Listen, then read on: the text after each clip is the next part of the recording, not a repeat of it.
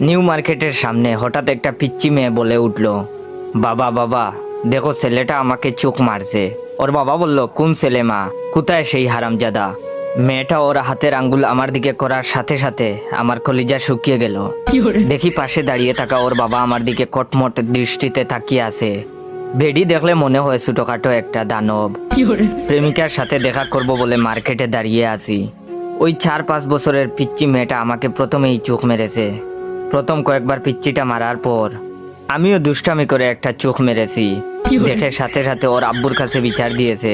মেয়েটার বাবাকে আমার দিকে এগিয়ে আসতে দেখে দিলাম একটা দৌড়। দেখি আমার পিছু পিছু মেয়েটার বাবাও ছুটে আসছে।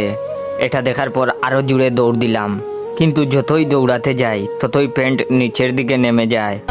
2 হাত দিয়ে কোমরের 2 পাশের প্যান্ট ধরে আছি আর মার্কেটের মধ্য দিয়ে দৌড়াচ্ছি। মনে মনে নিজের বাপের উপর রেগে গেলাম। প্রত্যেকবার প্যান্ট কিনে দেওয়ার সময় এমন ঢিলে ডালা প্যান্ট কিনে দেয়, যার জন্য আমার এই দশা এখন। দৌড়াতে গিয়ে যদি প্যান্ট খুলে যায় তাহলে ইজ্জতের ফালুদা হয়ে যাবে। হঠাৎ বাসার লুঙ্গিটাকে খুব মিস করতে লাগলাম। লুঙ্গি পরে দৌড়ানোর মজাই আলাদা, বাতাসের প্রবাহ খুব কাজে দেয়।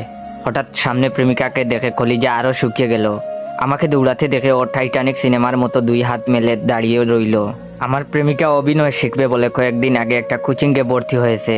কোচিং করার পর থেকে আমার সাথে এমনভাবে কথা বলে যে বুঝতেই পারি না ও আমার প্রেমিকা না, ছবির নায়িকা। ওর কাছে পৌঁছেই বললাম, চলো এখান থেকে পালাই, না হলে মায়ের একটাও মাটিতে পড়বে না।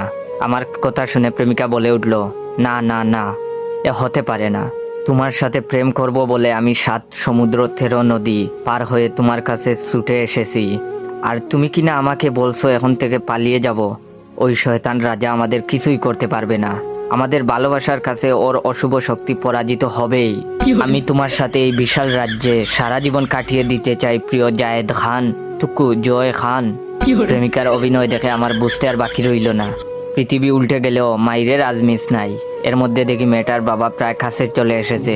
প্রেমিকাকে বললাম, তুমি আমার সাথে যাবে কিনা? প্রেমিকা দেখি আবার অভিনয় করে বলে উঠল, এ জীবন যদি চলে যায় যাক, তবু আমি এই রাজ্য ছেড়ে কোথাও যাব না। আমি বললাম, থাকো তুমি তোমার রাজ্য নিয়ে, আমি পালালাম, নিজে বাঁচলে বাপের নাম। যেই দৌড় দিতে যাব ঠিক তখনই প্রেমিকা আমার শার্ট টেনে ধরে বলল, যেতে চাইলে যেতে দিব না, না না না যেতে দিব না, তোমায় হৃদমাজারে রাখিব, ছেড়ে দিব না। প্রেমিকাকে বললাম, আল্লাহর দোহাই লাগে আমাকে ছেড়ে দাও। প্রেমিকা আরো শক্ত করে ধরে বলল, না না না, তোমাকে এই সুন্দর রাজপ্রাসাদ ছেড়ে যেতে দিব না।